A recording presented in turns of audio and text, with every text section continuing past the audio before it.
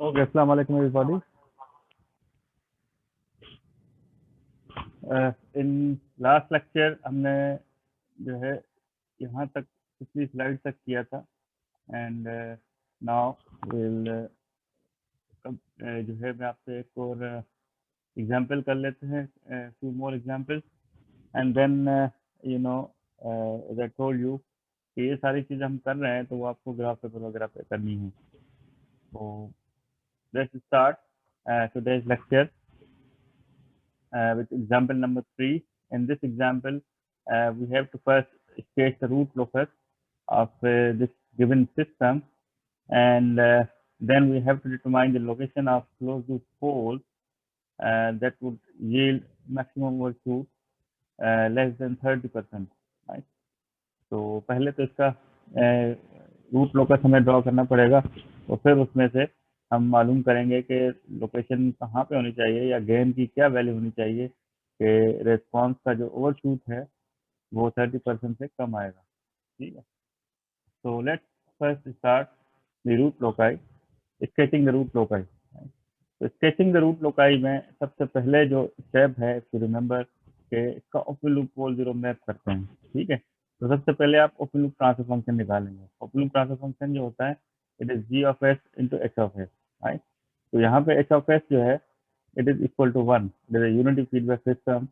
तो open loop transfer function जो है वो सिंपली जी ऑफ एस होगा, जो कि ये गिवन है। ठीक है, के into S plus three upon S plus one, S plus two and S plus four. ठीक है, तो ओपन लूप ट्रांसफर फंक्शन आपको मिल गया। अब इस ओपन लूप ट्रांसफर फंक्शन का पोल जीरो मैप बनाए। पोल्स इसमें 3 है और जीरो इसमें 1 है, तो वो आप जो है पोल जीरो मैप ड्रॉ कर लेंगे इजीली। राइट, तो वन पोल जो है -1 पे है, -2 पे पोल है, फिर -3 पे 0 है और -4 पे पोल है। ठीक है, ये इसका open loop pole zero map हो गया। तो फर्स्ट स्टेप जो है क्वाइट सिंपल। अब सेकेंड स्टेप जो है उससे हम ये करते हैं कि वी डिटरमाइन कि where on the real axis root locus exist. तो रियल एक्सिस पे रूट लोकस कहाँ पे एग्जिस्ट करता है वो हमारा सेकेंड स्टेप होता है। तो सेकेंड स्टेप में आप कैसे डिटरमाइन करेंगे रियल एक्सिस पे कहाँ पे रूट लोकस एग्जिस्ट करता है, उसके लिए एंगल कंडीशन हम यूज करते हैं।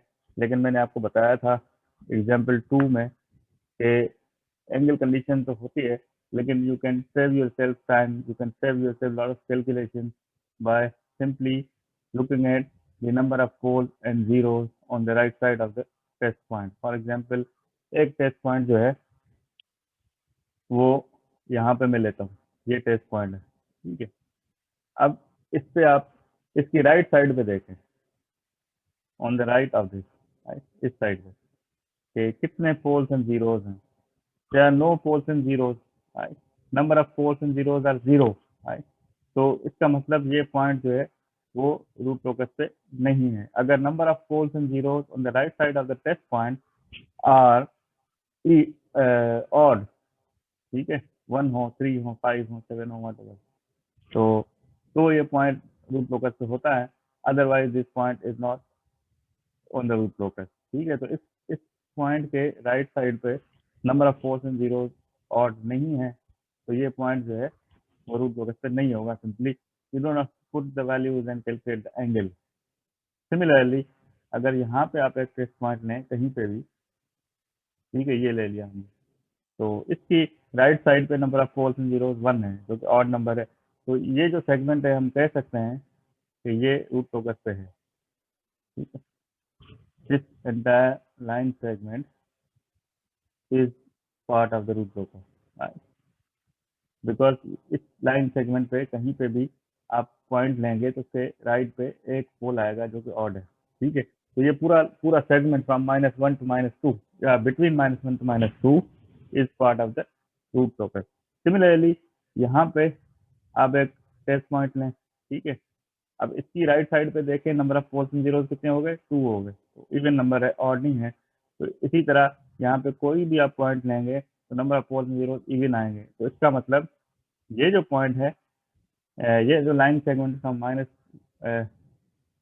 -2 to -3 is not part of the root locus, and similarly this is part of the root locus. ठीक है, तो अब हम कहेंगे कि जो रूट लोकस एग्जिस्ट करता है रियल एक्सिस पे वो -1 to -2 और -3 to -4, इसके अलावा कहीं पे भी रियल एक्सिस पे रूट लोकस एग्जिस्ट नहीं करता। ठीक है, तो स्टेप नंबर 2 भी कंप्लीट हो गया। तो ये चीज आपको समझ आ गई सबको? इसमें अगर कोई कंफ्यूजन हो तो पूछ लें।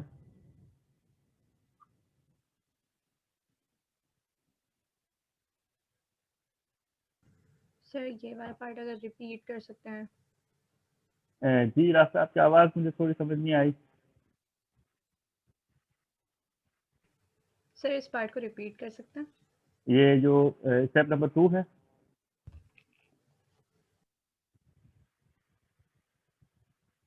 okay, in step number 2 what we do, we angle condition apply करके हम रियल एक्सिस पे टेस्ट पॉइंट्स लेते हैं। फॉर एग्जांपल आपने टेस्ट पॉइंट यहाँ पे ले लिया, ठीक है, आपने एक टेस्ट पॉइंट यहाँ पे ले लिया, एक यहाँ पे ले लिया, one here and one here, ठीक है। अब उन टेस्ट पॉइंट्स को आप चेक करेंगे कि एंगल कंडीशन अप्लाई करके कि ये पॉइंट रूट लोकस पे है या नहीं है। अगर ये पॉइंट रूट लोकस पे होंगे तो वो पूरा सेगमेंट जो है वो रूट लोकस पे आ जाएगा। ठीक है, तो उसके लिए सिंपल टेस्ट ये है कि आप टेस्ट पॉइंट जो लेते हैं उसके राइट साइड पे देखते हैं कि number of poles and zeros कितने हैं। Number of poles and zeros अगर इवन है तो वो पॉइंट रूट लोकस पे नहीं होगा, या जीरो है तब भी नहीं होगा। ऑड होना चाहिए, number of poles and zeros का नंबर ऑड होना चाहिए, तो वो पॉइंट जो है वो रूट लोकस पे होगा। फॉर एग्जाम्पल ये पॉइंट है, इसके राइट साइड पे number of poles and zero zero है, तो ये पूरा जो -1 to -infinity है ये रूट लोकस पे नहीं होगा। सिमिलरली आप ये वाला टेस्ट पॉइंट देखें, इसके राइट साइड पे नंबर ऑफ पोल्स और जीरोस 1 है जो कि ऑड नंबर है, तो इसका मतलब -2 to -1 जो है ये रूट लोकस है। ठीक है, this this is not part of the root locus. Similarly -2 to -3 ये जो पॉइंट है आपने लिया, इसके राइट साइड पे number of poles and zeros हैं 2 हैं, 2 is even number, so this line segment is basically not part of the root locus। ठीक है, एंड लाइकवाइज ये जो पोर्शन है इसके राइट साइड पे 3 number of poles and zero 3 हो जाएंगे, ये रूट लोकस पे होगा। और ये जो पोर्शन है फ्रॉम -4 टू -infinity, कहीं भी आप पॉइंट लेंगे तो राइट साइड पे number of poles and zero 4 आएंगे जो कि इवन नंबर है, तो ये भी रूट लोकस नहीं है। ठीक है, तो ओनली फ्रॉम -3 to -4 और -1 to -2 ये दो लाइन सेगमेंट्स हैं रियल एक्सिस पे जिस पे रूट लोकस एग्जिस्ट करता है। ठीक है, तो स्टेप नंबर 2 में आपको ये पता चल गया कि रूट लोकस यहाँ पे एग्जिस्ट करता है। अब स्टेप नंबर 3 में आप एसिम्प्टोट्स मालूम करते हैं। ठीक है, एसिम्प्टोट्स जो है they are straight line approximation of any curve, right. तो एसिम्प्टोट्स मालूम करने के लिए आपको दो चीज़ें चाहिए, एक उसका सेंट्रॉइड चाहिए कि रियल एक्सिस पे सेंट्रॉइड मतलब कहाँ पे वो क्रॉस करेंगे, क्योंकि जो एसिम्प्टोट्स होते हैं वो रियल एक्सिस पे क्रॉस करते हैं। फॉर एग्जाम्पल ये है, ठीक है, तो कहीं ना कहीं रियल एक्सिस पे वो क्रॉस करते हैं, इस पॉइंट को हम कहते हैं ये सेंट्रॉइड है एसिम्प्टोट्स का। ठीक है, ये हमेशा पॉइंट रियल होता है, कॉम्प्लेक्स नहीं हो सकता या इमेजनरी नहीं हो सकता। तो सेंट्रॉइड मालूम करना है, और दूसरा किस एंगल से जाएंगे, मतलब पॉइंट तो आपको मिल जाएगा, अब कैसे जाएगा, ऐसे जाएगा, कहाँ जाएगा, वो एंगल भी आपको पता होना चाहिए। ठीक है, तो ये दो पॉइंट्स आपको चाहिए, जिसको हम कहते हैं सेंट्रॉइड ऑफ एसिम्प्टोट, सिग्मा से शो करते हैं, और एंगल ऑफ एसिम्प्टोट हम साइ से मालूम करते हैं।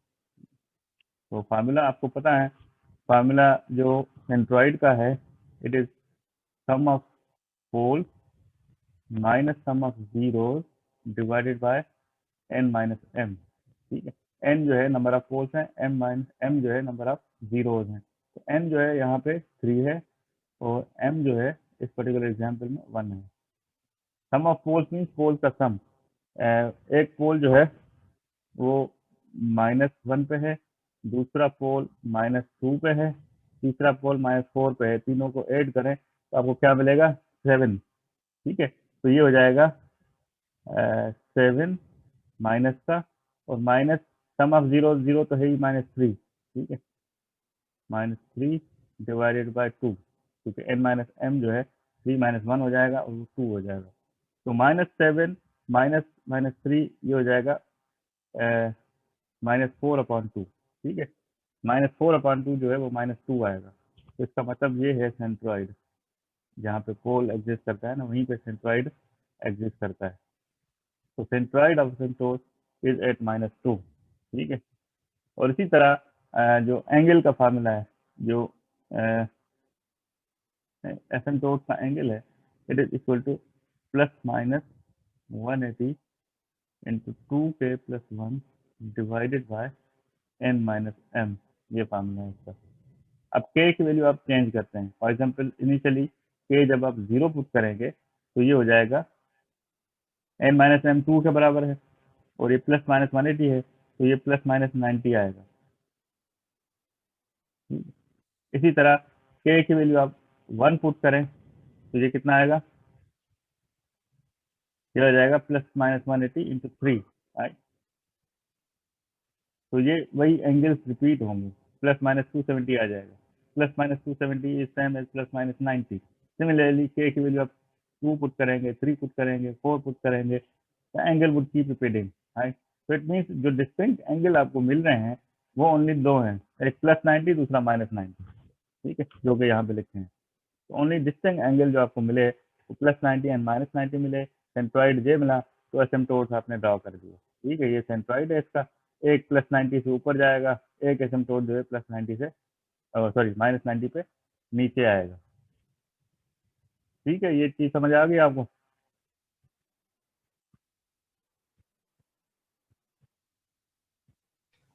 Yes sir. Okay, good. तो एसिम्प्टोट से आपको पता चल रहा है अब कि जो रूट लोकस है it would go vertically up and vertically down. One of the branch would go vertically up and another branch would go vertically down. थोड़ा अंदाजा आपको हो गया, लेकिन अब मजीद इंफॉर्मेशन आपको चाहिए। अब स्टेप नंबर 4 जो था उसमें आप ब्रेक इन या ब्रेक अवे पॉइंट मालूम करते हैं। तो आप में से अगर कोई बता सकता है कि यहाँ पे ब्रेक इन और ब्रेक अवे पॉइंट एग्जिस्ट करते हैं या नहीं करते?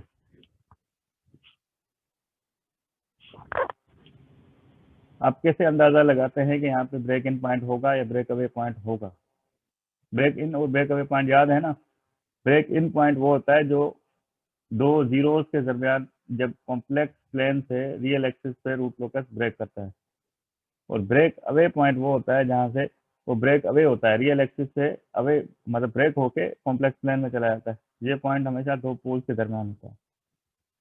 ठीक है, तो वो आपको ट्रांसफर फंक्शन या पोल जीरो मैप देख के पता चल जाता है। ठीक है, वो कैसे कि अगर रूट लोकस दो पोल्स के दरमियान एग्जिस्ट करता हो तो वहां पे ब्रेक अवे पॉइंट डेफिनेटली होगा।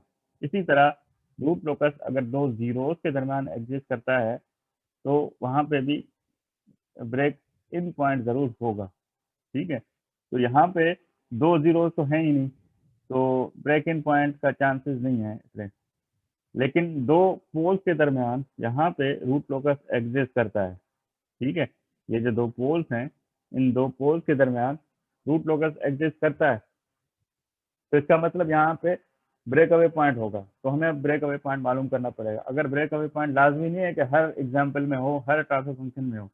अगर ब्रेक अवे पॉइंट या ब्रेक इन पॉइंट की कंडीशन होगी तो आप करेंगे, अदरवाइज नॉट। ठीक है, तो ये भी जरूरी नहीं है कि हर एग्जाम्पल में break in break away point हो। ठीक है, तो यहाँ पे break in break away point नहीं है, यहाँ पे ब्रेक अवे पॉइंट है, ब्रेक इन पॉइंट नहीं है। ठीक है, तो हम ब्रेक अवे पॉइंट मालूम करेंगे और मेथड वही होगा जो हमने पिछले दो एग्जाम्पल्स में किया था कि आप जो ट्रांसफर फंक्शन है उसकी कैरेक्टरिस्टिक इक्वेशन निकालते हैं। It means close loop transfer function का डिनोमिनेटर पॉलिनोमियल, और उसमें से k को सेपरेट करते हैं, बाकी चीजें उस तरफ ले जाते हैं on the other side of the equation, और उसको डिफरेंशिएट करते हैं विद रिस्पेक्ट टू s। ठीक है, या इन अदर वर्ड आप मालूम करते हैं dk/ds और उसको इक्वेट करते हैं 0 से। तो आपको ब्रेक अवे पॉइंट मिल जाता है। तो यहाँ पे जो क्लोज लूप ट्रांसफर फंक्शन आएगा वो basically c/r and will be g/1 + gh, ji H, ठीक है, एच यहाँ पे 1 है, तो ये सिंपली हो जाएगा जी अपॉन 1 प्लस जी। ठीक है, यहाँ पे थोड़ा लिखना है 1 प्लस जी, ठीक है, 1 यहाँ पे लिख नहीं रहा, 1 प्लस जी आ जाएगा। तो आपका जो डिनोमिनेटर जो कैरेक्टरिस्टिक इक्वेशन है वो बेसिकली 1 प्लस जी है। ठीक है, उसको 0 के बराबर कर दें तो 1 प्लस जी। अब इस इक्वेशन में जी की वैल्यू पुट करें, जी ये है पूरा, ठीक है, उसको मजीद सॉल्व करें, के को एक तरफ रखें, बाकी चीज़ें 0 दूसरी तरफ ले जाएं और उसको डिफ्रेंशिएट करें इक्वेशन को, और प्रोबेबली आपको सेकेंड ऑर्डर इक्वेशन मिलेगी। सेकेंड ऑर्डर इक्वेशन जो मिलेगी उसके दो सॉल्यूशंस आएंगे, दोनों सॉल्यूशन में से कोई एक सॉल्यूशन होगा जो एक्चुअल ब्रेकअवे पॉइंट होगा, ठीक है, जो कि यहाँ पे बिटवीन टू पोल्स एग्जिस्ट करता होगा। बाकी जो ब्रेकअवे दूसरा जो पॉइंट आएगा वो कहीं इधर आएगा या इधर आएगा, ठीक है, जो कि रूट लोकस पे लाया नहीं करता होगा। तो -1.55 जो है इज एक्चुअल ब्रेकअवे पॉइंट, ठीक है। अब आपको पता चल गया कि ये आपके एसिम्पटोट्स हैं, ठीक है, थोड़ा लाइन सीधी नहीं है, और ये आपका ब्रेक अवे पॉइंट होगा। इसका मतलब एक ब्रांच यहाँ से आएगी, दूसरी ब्रांच यहाँ से आएगी, और यहाँ से ये ब्रेक होंगे, ब्रेक होके फाइनली इस लाइन के पैरेलल में ऊपर जाएंगे, ठीक है।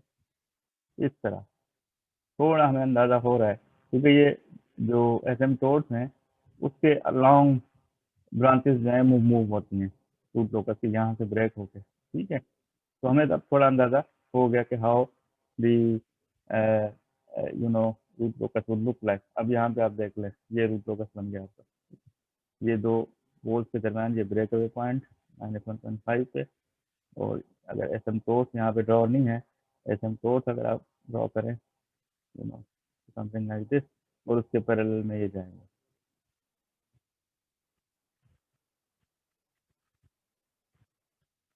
ये, ठीक है। और जो ये ब्रांच है ये तो क्वाइट सिंपल है, इसके लिए हमें कुछ चीज़ ज़रूरत ही नहीं है, क्योंकि रूट लोकस ब्रांच हमेशा पोल से स्टार्ट होती है, जीरो की तरफ टर्मिनेट होती है। If there is a direct path, जैसे ये डायरेक्ट पाथ था, तो ये ब्रांच तो सिंपल यहाँ से स्टार्ट होगी और यहाँ पे टर्मिनेट हो जाएगी। इसके लिए हमें एसिम्पटोट्स और कुछ जरूरत नहीं। यहाँ पे क्योंकि कॉम्प्लेक्स प्लेन में जा रही थी तो हमें चीज़ें चाहिए थी, मजीद इंफॉर्मेशन चाहिए थी इसको एक्यूरेटली ड्रॉ करने के लिए। So this is how you can draw the root locus of any system, ठीक है। अब नेक्स्ट पार्ट आ गया।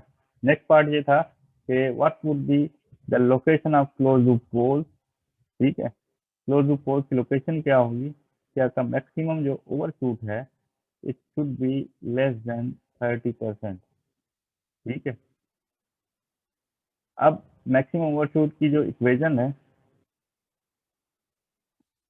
जो फार्मूला है -π(1 - β²), ठीक है। तो इस फार्मूला से आपको एमपी मिल गया, ये चीज पता है, पाए कांस्टेंट है, बीटा की वैल्यू निकाल लें, ठीक है। आप इसको सॉल्व करेंगे और बीटा की वैल्यू आपको मिल जाएगी। तो ये इक्वेशन है, इस इक्वेशन को यूज करते हुए आप बीटा की वैल्यू निकाल लेंगे। एमपी जो है 30% रखते हैं हम, और बीटा जो है आपका यहाँ से मिलेगा 0.35, 0.35 मिला। अब आप हाउ वुड डिटरमाइन के क्लोजेस्ट पोल्स की लोकेशन क्या होगी। आप यहाँ पे बीटा जो है 0.35, ठीक है। तो यहाँ पे आप लाइन ड्रॉ करेंगे। आपको पता है कि एस प्लेन में जो जीटा की कांस्टेंट जीटा लाइंस होती हैं, जैसे ये लाइंस है ना, ये कांस्टेंट जीटा लाइंस होती हैं, ठीक है। तो आप जीटा इक्वल टू 0.35 की लाइन ड्रॉ करेंगे। सॉरी, यहाँ से स्टार्ट होती है, ये सेंटर से होती है, यहाँ से, ठीक है। ये कांस्टेंट जीटा लाइन, तो जीटा इक्वल टू 0.35 की भी एक लाइन होगी, ठीक है। वो लाइन कैसे ड्रॉ करेंगे, zeta equal to 0.3 corresponds to theta equal to cos inverse of 0.35, ठीक है। ये एंगल आपको मिल जाएगा, क्योंकि आपको पता है जीटा जो है it is cosine of theta, ठीक है। थीटा जो होता है वो कोसाइन ऑफ थीटा के बराबर होता है, एंड थीटा आपको चाहिए तो उसको कॉस इनवर्स ले लें, इससे आपको एंगल पता चल जाएगा। तो how much that angle would be cos inverse of 0.35 का,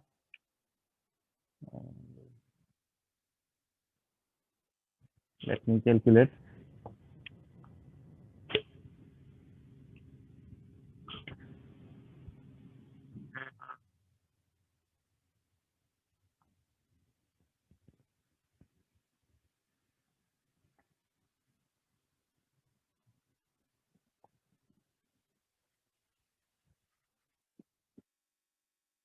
इट इज 69.5 डिग्री, ठीक है, 69.5 डिग्री। तो यहाँ पे आप एंगल विल कैलकुलेट थीटा जो है 69.5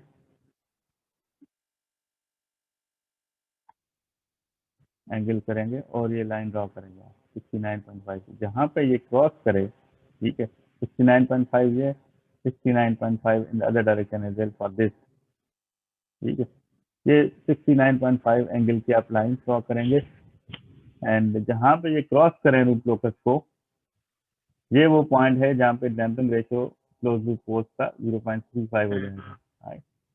So that is basically the point where the damping ratio of closed loop pole is 0.35.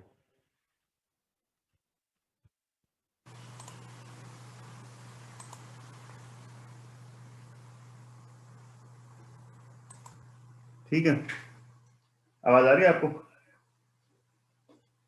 Ji sir. Okay, so this is how, जब आप ये रूट लोकस ग्राफ पेपर पे ड्रॉ करेंगे ना, तो graph paper पे आप ये सारा एक्यूरेटली एंगल्स जो है मेजर करेंगी, और ये पॉइंट आपको फिर ग्राफ पेपर से मिल जाएगा, ठीक है। आइदर यूज ग्राफ पेपर, मैं तो ये रिकमेंड करूंगा ग्राफ पेपर पे जरूर करें आप, लेकिन सॉफ्टवेयर सॉल्यूशंस आर अवेलेबल। आपने लैब में बिलाल ने आपको करवाया होगा वो मैटलैब पे, ठीक है। तो जैसे ये ग्राफ है, ये रूट लोकस है, ये मैंने मैटलैब पे ग्राफ प्लॉट किया हुआ है, तो मैटलैब पे भी आप कर सकते हैं, लेकिन ग्राफ पेपर पे आप जब तक नहीं करेंगे हाथ से, तो आपको पीछे जो इक्वेशंस हैं, फिलॉसफी है, वो समझ नहीं आती। कर लें, और बेशक फिर आप यूज कर लें सॉफ्टवेयर सोल्यूशन एज वेल, ठीक है। तो ये आपने लाइंस ड्रॉ कर ली 69.5 एंगल की, जहां पे ये क्रॉस कर रही है, दैट इज जीटा 0.35, ठीक है। तो यहाँ पे पॉइंट की वैल्यू आप निकाल लें, ग्राफ पेपर से आपको पॉइंट पता चल जाएगा। So you would know the location of closed loop pole where damping ratio is 0.35, ठीक है। लोकेशन आपको क्लोज लूप पोल की यहाँ से मिल जाएगी। जैसे इसका इस पोल की लोकेशन जो है समथिंग कह सकते हैं 5 -2 प्लस माइनस J 5.5 तकरीबन, ठीक है। तो ग्राफ पेपर से एक्यूरेटली निकल आएगी, या मैटलैब से भी एक्यूरेटली ये चीज निकल आएगी। जैसे ये क्या -2 प्लस माइनस 5.19, ये एक्यूरेटली आपको मैटलैब से मिल गई, ठीक है। मैटलैब पे आपने वो टिक किया, यहाँ पे क्लिक किया, तो वो डेटा पॉइंट आ जाता है, वो डेटा पॉइंट आपको पूरी इन्फॉर्मेशन देता है, ठीक है। तो ये आ गया, यहाँ पे आप देखें डैम्पिंग जो है ये ऑटोमेटिकली मैटलैब बता रहा है 0.35 है, ओवरशूट 30.5 है, ठीक है। और फ्रीक्वेंसी जो है वो 5.5 रेडियन पर सेकेंड है। ऑल्दो इस पर्टिकुलर क्वेश्चन में फ्रीक्वेंसी का कोई कहीं जिक्र नहीं है, लेकिन मैटलैब में ये सारी चीजें आपको मिल जाती हैं, ठीक है। तो ये ग्राफ पेपर पे आप करें हाथ से जरूर, बेशक मैटलैब पे भी आप करके देखें, ताकि जो है आंसर्स आप वहां से वेरीफाई कर सकते हैं। अब एक चीज मजीद आप यहाँ पे कर सकते हैं कि आपको पोल्स की लोकेशन तो मिल गई, अब आपको मैं कहूँ कि के की वैल्यू क्या होगी, what should be the value of gain in order to move the close loop pole to this point. तो के मालूम करने के लिए आप मैग्नीट्यूड कंडीशन लगाते हैं, ठीक है। मैग्नीट्यूड कंडीशन क्या होती है, if you remember, magnitude of g of s into h of s would be equal to, should be equal to 1, right, at s equal to ये वाला पॉइंट, ठीक है, ये point s equal to -1.96 plus 5.19 j। तो इस point पे आप g of s and h of s का मैग्नीट्यूड कैलकुलेट कर लें, उसको इक्वेट करें k से 1 से, ठीक है, तो आपको k की वैल्यू मिल जाएगी। तो यू वुड नो कि लूप गेन क्या होनी चाहिए ताकि डैम्पिंग रेशियो आपका 0.35 आ जाए या ओवरशूट इन अदर वर्ड्स 30.5 हो जाए, ठीक है। सो this is how you can actually use root locus graph to design or choose the specific values of gain so that your system would behave as per your requirement, ठीक है। इसी तरह एक practice problem है आपके लिए, थोड़ा सा डिफरेंट है, इसमें जीरो नहीं है, 3 पोल्स हैं, तो इसी में आपको इसका रूट लोकस ड्रॉ करें और इसका ग्राफ पेपर पे आप ड्रॉ करके देखें और मैटलैब से इसको कंफर्म कर सकते हैं आप, ठीक है।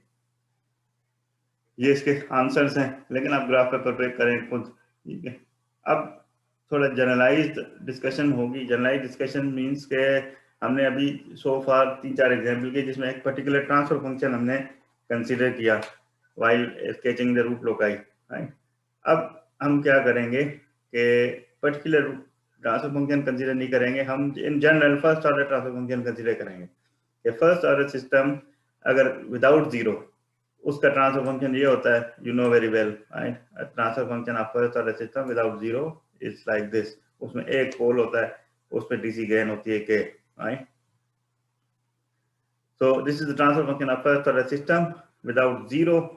इसका रूट लोकस जो होगा एक ही ब्रांच होगी, क्योंकि एक पोल है तो एक ही रूट लोकस ब्रांच होगी। तो इसका सिंपल होता है फर्स्ट ऑर्डर सिस्टम का रूट लोकस ड्रॉ करना, ठीक है। ये सिंपली -a से स्टार्ट होता है, जहां पे माइनस अल्फा जो है it is the location of the pole, right. तो माइनस अल्फा की कोई भी वैल्यू है, सपोज ये सिस्टम जो है ये 3/s+1 है, तो ये -1 से स्टार्ट होगा, ये -1 हो जाएगा, -1 से स्टार्ट होगा और it would go towards -infinity, ठीक है। अगर ये 3/s+10 है तो ये -10 से स्टार्ट होगा और टुवर्ड्स -infinity, हमेशा लेफ्ट की तरफ जाता है as the gain is increased, right? तो फर्स्ट ऑर्डर सिस्टम का रूट लोकस ड्रॉ करने के लिए you don't have to follow the steps जो हमने किए हैं, ठीक है, क्योंकि उसमें हमेशा रियल एक्सिस पे रूट लोकस होता है, कॉम्प्लेक्स प्लेन में जा ही नहीं सकता फर्स्ट ऑर्डर सिस्टम्स का, ठीक है। कॉम्प्लेक्स प्लेन में तो तब जाएगा जब आपके पोल्स दो हों या दो से ज्यादा हों, तब चांसेस होते हैं कि कॉम्प्लेक्स हो जाए सिस्टम, क्योंकि कॉम्प्लेक्स हमेशा पेयर में जाएगा। तो फर्स्ट ऑर्डर सिस्टम में देयर इज नो चांस कि root locus would go in the complex plane, it would remain on real axis, right. तो you don't have to follow the steps, just transfer function लिखते हैं, for example g(s) k/s+5, तो इसका -5 से start होगा, ठीक है, और टुवर्ड्स -infinity जाएगा, सिंपल। अगर कोई ट्रांसफर फंक्शन है g(s) k/s-10, तब भी ये यहाँ से 10 से स्टार्ट होगा, ठीक है, और it would go towards -infinity, ठीक है। तो this simple first order system का जो ट्रांसफर रूट लोकस है, इट्स क्वाइट सिंपल, हमेशा वो पोल से स्टार्ट होता है और -infinity की तरफ जाता है हमेशा, ऑलवेज, ठीक है। So it's simple, don't have to follow the step, just draw the root locus. Start from the pole and go towards wherever the pole is located. ये कहीं पे भी हो पोल, फॉर एग्जाम्पल ये g(s) थर्ड नंबर जो है, third number में पोल की लोकेशन कहाँ है, ओरिजिन पे है, ओरिजिन से स्टार्ट होगा और गो टुवर्ड्स -infinity, ठीक है। इसी तरह अगर फर्स्ट ऑर्डर सिस्टम हो और उसमें जीरो भी हो, ये सेकंड पॉसिबिलिटी है। First possibility first order system में ये होती है कि एक पोल है, कोई जीरो नहीं है। दूसरी पॉसिबिलिटी ये है कि there is 1 pole and 1 zero, ठीक है। तो अब ये उससे भी ज्यादा सिंपल है, ये जीरो से पोल से स्टार्ट होगा, जीरो पे टर्मिनेट होगा, ठीक है। अगर ये पोल की लोकेशन है अल्फा, ठीक है, और ये जीरो की लोकेशन है -बीटा, तो ये पोल से स्टार्ट होगा, जीरो पे टर्मिनेट होगा हमेशा। अगर जीरो इस तरफ है, पोल इस तरफ है, तो ये जीरो से स्टार्ट होगा और पोल से स्टार्ट होगा, जीरो की तरफ जाएगा, हमेशा जीरो पोल से स्टार्ट होता है और जीरो पे टर्मिनेट होता है हमेशा root locus it would start from the pole and would terminate at the zero, ठीक है। ये पोल जीरो मैप है, इसका यहाँ से स्टार्ट होगा, यहाँ पे टर्मिनेट होगा, ठीक है। ये है, यहाँ से स्टार्ट होगा, यहाँ पे टर्मिनेट होगा, सिंपल, ठीक है। कोई स्टेप इसमें फॉलो करने की जरूरत नहीं है।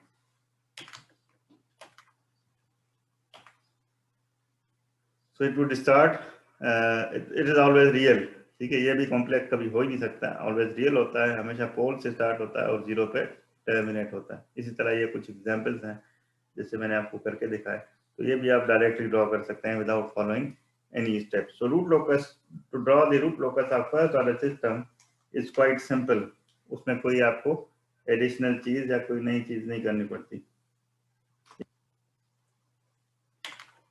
अब सेकेंड ऑर्डर पे आ जाए, तो सेकेंड ऑर्डर जो है उसमें 2 पोल्स होते हैं। अब इसमें पॉसिबिलिटीज ज्यादा है, इसमें पॉसिबिलिटीज ज्यादा है कि मीन्स ये जो है वो रियल भी हो सकती है, कॉम्प्लेक्स भी हो सकते हैं, और इसमें डिपेंडिंग अपॉन के जीरोस हैं नहीं है सिस्टम में, there are many possibilities, right. तो वो थोड़ा आपको गौर से देखना पड़ेगा, वरना जो फर्स्ट ऑर्डर सिस्टम है उसमें कोई नई ट्रिक नहीं है, ठीक है। तो सेकंड ऑर्डर सिस्टम में फॉर एग्जांपल ये केस है जिसमें कोई जीरो नहीं है, when second order system doesn't have any zeros, तो उसका पोल जीरो में क्या आएगा, हमेशा 2 पोल्स ही होंगे, ठीक है, और हमेशा 2 पोल्स के दरमियान रूट लोकस लाया करेगा, हमेशा ऑब्वियसली करेगा। माइनस अल्फा 1 है फॉर एग्जांपल, माइनस अल्फा 2 है। अब इसमें वही थ्योरी लगाए कि टेस्ट पॉइंट्स आप लेंगे, फॉर एग्जांपल यहाँ पे लेंगे तो रूट लोकस नहीं होगा, यहाँ पे लेंगे तो रूट लोकस नहीं होगा, only root locus would lie between these 2 poles, right. तो जब सेकेंड ऑर्डर सिस्टम में सिर्फ 2 पोल्स हों तो हमेशा उन 2 पोल्स के दरमियान रूट लोकस लाया करेगा, क्योंकि बाकी किसी भी जगह पे जो है वो आपकी एंगल कंडीशन सेटिस्फाई नहीं होगी, ठीक है। तो रूट लोकस हमेशा यहाँ पे होगा और ब्रेक अवे पॉइंट होगा इसमें हमेशा, क्योंकि 2 पोल्स के दरमियान रूट लोकस लाया करता है यहाँ पे, तो हमेशा यहाँ पे ब्रेक अवे पॉइंट होगा। और ब्रेक अवे पॉइंट मालूम करने की जरूरत नहीं है in this case, in this particular case में कह रहा हूँ, in this particular case when there are second order system and there is only 2 poles, zero नहीं है सिस्टम में, तो इस पर्टिकुलर केस में ब्रेक अवे पॉइंट होगा, लेकिन उसके मालूम करने की जरूरत नहीं है, क्योंकि हमेशा वो मिड पॉइंट पे होगा, that would be at the mid point of these 2 poles, ठीक है। फॉर एग्जांपल ये -1 पे है, ये -2 पे है, तो -1.5 पे ब्रेक अवे पॉइंट होगा दोनों के मिड पे, ठीक है, और एक ब्रांच यहाँ पे आएगी, दूसरी ब्रांच यहाँ से आएगी, and it is always vertical lines, 90 degree up जाता है, 90 डिग्री, एक ब्रांच 90 डिग्री ऊपर जाएगी, वर्टिकल लाइन होगी बिल्कुल, कोई कर्व नहीं होगा, और एक ब्रांच नीचे आएगी, ठीक है। तो अब जो second order system without zero, उसका रूट लोकस ड्रॉ करने के लिए भी आपको कोई स्टेप फॉलो करने की जरूरत नहीं है, although you can do it by the steps, लेकिन सिंपल अगर ये सिस्टम है k/s+3 and s+10 for example, अब इसका आपको रूट लोकस ड्रॉ करना है, मैं कहता हूँ तो स्टेप्स फॉलो करके भी आप कर सकते हैं, लेकिन जरूरत नहीं है उसकी, क्योंकि यू नो कि जब इस तरह की सिचुएशन हो, when there is a second order system without zero, then root locus branch is a vertical line, ठीक है, और वर्टिकल लाइन का जो इंटरसेक्शन है between the mid point of these 2 poles, एक पोल जो है वो -3 पे है, दूसरा -10 पे है, ठीक है, तो यहाँ पे मिड पॉइंट पे ये आपको वर्टिकल लाइन ड्रॉ करेंगे दोनों के मिड पे, ठीक है। दोनों का मिड कहाँ पे आएगा,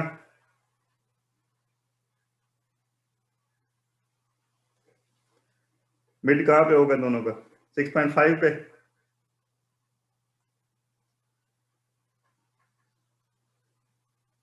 ठीक है, ये उसका ब्रेक अवे पॉइंट है। आप ब्रेक अवे पॉइंट मालूम भी कर सकते हैं using the same formula dk/ds = 0, लेकिन वो हमेशा मिड पॉइंट पे ही आएगा, ठीक है। तो मिड पॉइंट मालूम करने के लिए आपको पता है कि this point minus this point divided by 2 करते हैं तो मिड पॉइंट आपको मिल जाता है, so you can find out the midpoint between these 2 points, ठीक है। so second order system without zero is also quite simple,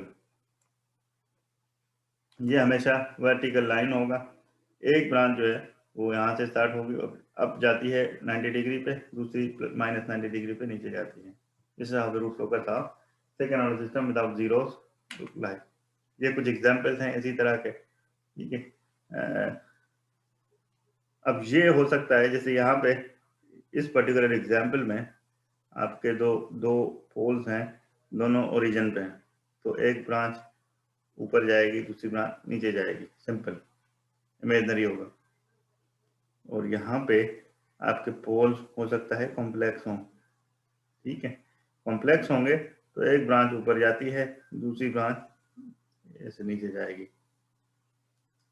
ये आप एग्जाम्पल्स करके देखिएगा, मैटलैब पे वेरीफाई करके देखिएगा, ठीक है। अब second possibility is second order system with 1 0।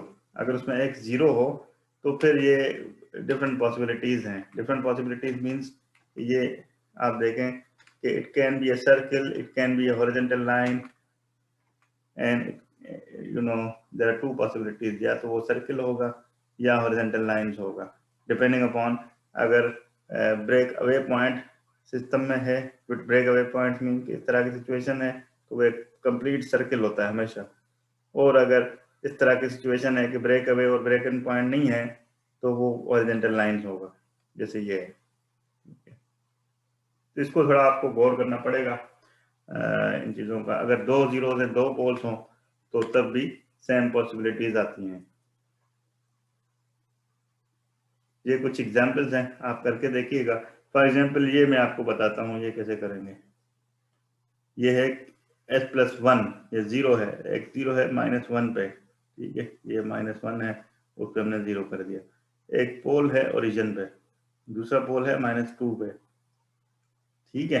अब यहाँ पे ब्रेक अवे पॉइंट एग्जिस्ट नहीं करता, क्योंकि ब्रेक अवे पॉइंट तब होता है जब 2 पोल्स के दरमियान रूट लोकस हो, वो नहीं है यहाँ पे। वो नहीं है तो इसका मतलब ये हॉरिजॉन्टल लाइंस होगा। हॉरिजॉन्टल लाइन मींस एक ब्रांच यहाँ से स्टार्ट होगी, यहाँ पे टर्मिनेट होगी, दूसरी ब्रांच -2 से स्टार्ट होगी और -इन्फिनिटी तक जाएगी। सिमिलरली इस केस में आपके पास एक 0 है 2 पे और 2 पोल्स हैं यहाँ पे। अब ये जो है डायरेक्ट ब्रांच यहाँ से यहाँ तक तो जा नहीं सकती, तो इसमें आपको सर्किल मिलेगा, ठीक है। और इस पर्टिकुलर एग्जाम्पल में आपका जो 0 है वो -5 पे है, एक पोल है -1 पे, दूसरा पोल है 3 पे। अगेन इन 2 पोल्स के दरमियान रूट लोकस लाई करता है यहाँ पे, ठीक है। तो ब्रेक अवे पॉइंट होगा, ब्रेक अवे पॉइंट होगा, इसका मतलब कि ये सर्किल बनेगा। ब्रेक अवे पॉइंट से आप सर्किल ड्रॉ करें तो ये आपको रूट लोकस मिल जाएगा, ठीक है। अब ये चीज़ें हो सकता है आपको अभी इतनी ज़्यादा क्लियर समझ ना आए, लेकिन ये प्रैक्टिस से आपको पता चलेगा, ठीक है। तो प्रैक्टिस कीजिएगा।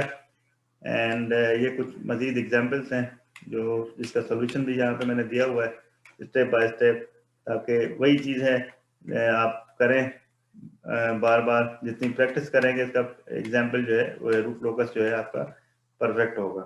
तो you have to do lot of practice in this, जैसे ये रिकमेंडेड कुछ प्रैक्टिस एग्जाम्पल यहाँ पे दिए हुए हैं, इन सबको आपको करना है। और what I feel from my experience कि ये टॉपिक जो है काफ़ी मुश्किल लगता है स्टूडेंट्स को, क्योंकि यहाँ पे कोई फिक्स्ड मेथड नहीं है। ये मैंने स्टेप्स जो बताए आपको कि these steps are not always applicable to all kind of transfer functions. उसकी भी जजमेंट चाहिए आपको कि कौन से स्टेप कौन से ट्रांसफर फंक्शन पे लगेंगे, कौन से नहीं लगेंगे। या इवन समटाइम्स इट हैपेंस कि स्टेप आप अप्लाई कर लेते हैं लेकिन उसका आंसर इनवैलिड आता है, ठीक है। तो ये थोड़ी प्रैक्टिस से आपको पता चलेगा। I can not tell you everything, ठीक है। मैं हर एग्जाम्पल तो आपको नहीं दे सकता ना जो एग्जिस्ट करती है दुनिया में। We can not spend that much amount of time. तो इसमें आपको थोड़ी प्रैक्टिस करनी पड़ेगी, थोड़ा आपको पढ़ना पड़ेगा और मैटलैब पे काफ़ी वक्त गुजारना पड़ेगा और स्केचिंग करनी पड़ेगी। तो इसमें मैं आपको ये कहूँगा कि इस टॉपिक को सही पढ़ने के लिए you have to be in the classroom, ठीक है। ऑनलाइन पे जो मैक्सिमम हो सकता था वो मैंने कर दिया। अगर आपको कोई डिफिकल्टी है तो आप यूनिवर्सिटी आ सकते हैं किसी भी दिन, तो I can give you time class में बोर्ड पे मैं बहुत सारे एग्जाम्पल्स आपको करके वो चीज़ें समझा सकता हूँ। So if you want to come to university to properly learn this topic, तो आप आ सकते हैं, ठीक है। It's not like university is closed. Right now I'm sitting in the university in my office and delivering this lecture, ठीक है। University खुली है, स्टूडेंट्स आते हैं। Even some of the students are coming of your class जो lab perform करने के लिए भी आते हैं, जिनको लैब करनी होती है हार्डवेयर पे, ठीक है। आपकी क्लास के हैं या कुछ और हैं।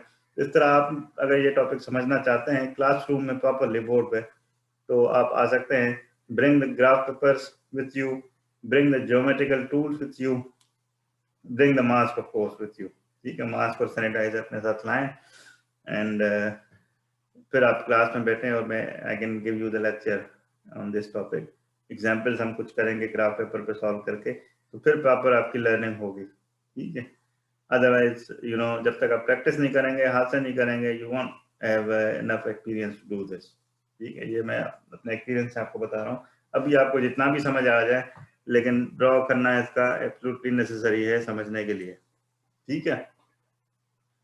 तो if you want to come to university just let me know on the WhatsApp group कि आप आ रहे हैं, तो यहाँ पे मैं क्लासरूम वगैरह प्रॉपर अरेंजमेंट हो जाएंगी, खुल जाएगा, and you no I would make sure के CRA and everything is available. So just let me know at least one day before the scheduled class, और फिर मैं अरेंजमेंट करवा दूंगा, ठीक है। So that is end from my side. अगर आपको क्वेश्चन हो या कंफ्यूजन हो तो आप पूछ सकते हैं। ये लेक्चर जो है वो ऑनलाइन अपलोडेड है LMS पे, ठीक है। आप उसकी प्रैक्टिस करें, and if you have any difficulties you can ask any time on WhatsApp group, ठीक है। तो एनी क्वेश्चन? सर ये रूट लोकस का स्टेप 2 समझ में नहीं आया। स्टेप 2? यस सर, वो आप समझा देंगे दोबारा? Step number 2 is to find out the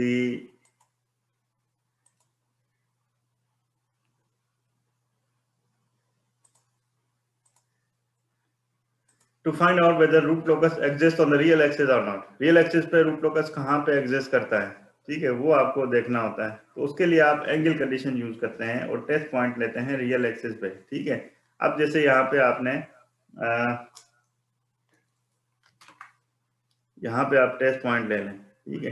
एक टेस्ट पॉइंट यहाँ पे ले लें, एक यहाँ पे ले लें, एक यहाँ पे ले लें, एक यहाँ पे ले लें। इन टेस्ट पॉइंट्स पे आप एंगल कंडीशन अप्लाई करते हैं, ठीक है। फॉर एग्जाम्पल इस पॉइंट की वैल्यू 1 है और ये -0.5 पे है, ये -1.5 पे है, और ये जो है -3 पे है फॉर एग्जाम्पल, ठीक है। तो अब आप एंगल कंडीशन अप्लाई करें। It means angle of G of S into H of S at S equal to 1 and S equal to -0.5 and S equal to -1.5 and S equal to -3, हर एक पे करेंगे। पहले 1 पे करेंगे, फिर -0.5 पे एंगल मालूम करेंगे।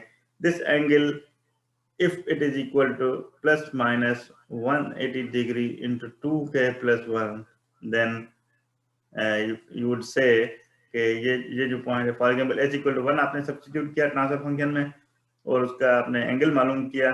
अगर वो ±180 डिग्री आया या उसका ऑड मल्टीपल आया तो ये पॉइंट रूट लोकस पे होगा, अदरवाइज नॉट। इसी तरह ये पॉइंट भी और ये पॉइंट भी और ये पॉइंट भी। ये इसका प्रॉपर तरीका है विथ मैथमेटिक्स, ठीक है। लेकिन मैंने इसके लिए आपको एक सिंपल तरीका बताया कि ये सारी मैथमेटिक्स करने के बाद आपको आंसर तो मिल जाएगा, लेकिन it would take lot of time, ठीक है। उसका सिंपल तरीका ये है कि आप ये जो टेस्ट पॉइंट्स हैं जो ले रहे हैं आप,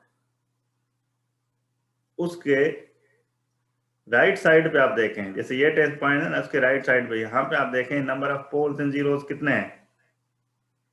जी उस्मान, इस टेस्ट पॉइंट के राइट साइड पे नंबर ऑफ पोल्स जीरोस कितने हैं?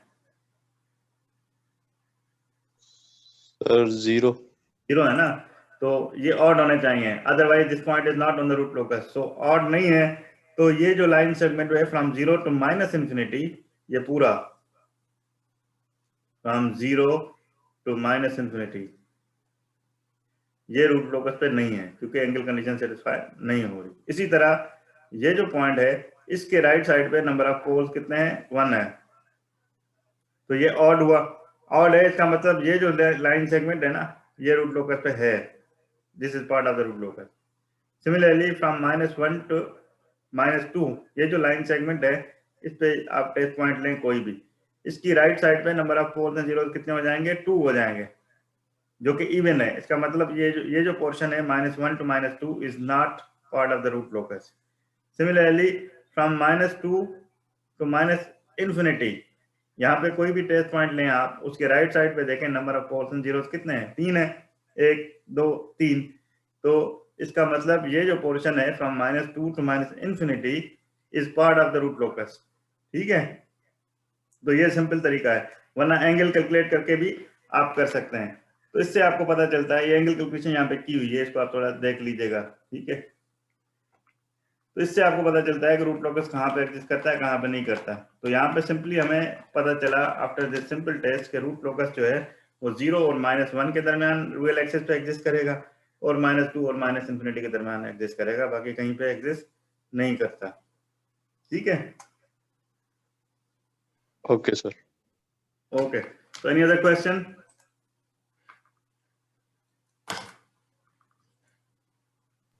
सर ये जो आपने कहा था कि सर्कल बनेगा, ये वाली बात समझ नहीं आई।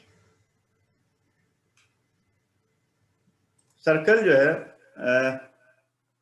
मैं आपको यहाँ पे एक मिनट,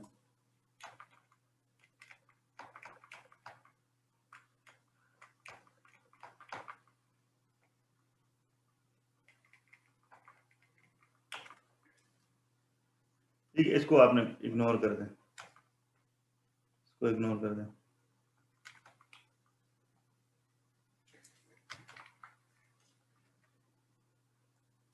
इग्नोर दिस।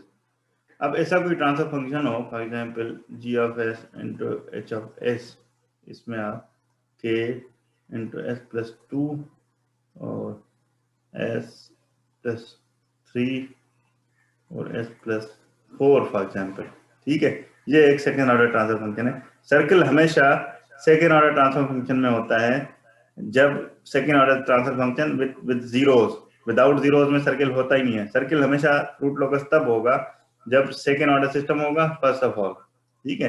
अगर सेकेंड ऑर्डर नहीं है तो सर्कल होगा ही नहीं। सेकेंड ऑर्डर हो और उसमें जीरोस हो, 1 या 2 जीरोस हो, जैसे यहाँ पे एक जीरो है ना, 1 या 2 जीरोस हो, तब पॉसिबिलिटी होती है कि सर्कल हो, तब भी पॉसिबिलिटी है, हमेशा नहीं होगा, ठीक है। तो ये पहले दो चीजें आप चेक करेंगी कि सेकेंड ऑर्डर सिस्टम है और उसमें जीरोस हैं या एक जीरो है, जैसे ये पर्टिकुलर एग्जांपल है। तो इसमें आप चेक करेंगे अब सर्कल बन सकता है। वो कैसे बनेगा, पहले आप इसका पोल जीरो मैप बनाएं। जीरो जो है वो -2 पे है और पोल जो है वो -3 और -4 पे है, ठीक है। ये पोल जीरो मैप बन गया। अब अगर ब्रेक अवे पॉइंट एग्जिस्ट करता है इस सिचुएशन में, मींस कि सेकेंड ऑर्डर सिस्टम हो और जीरोस हो या एक जीरो हो, इस सिचुएशन में अगर ब्रेक अवे पॉइंट एग्जिस्ट करेगा तो ये सर्कल बनेगा, ठीक है। ब्रेक अवे पॉइंट एग्जिस्ट करता है यहाँ पे राफिया?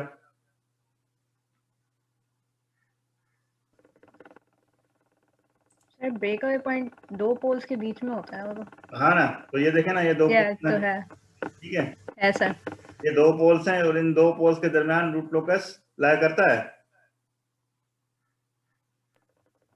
जी सर। नहीं करता ना? नहीं करता हाँ, देखो नहीं आप करता सर।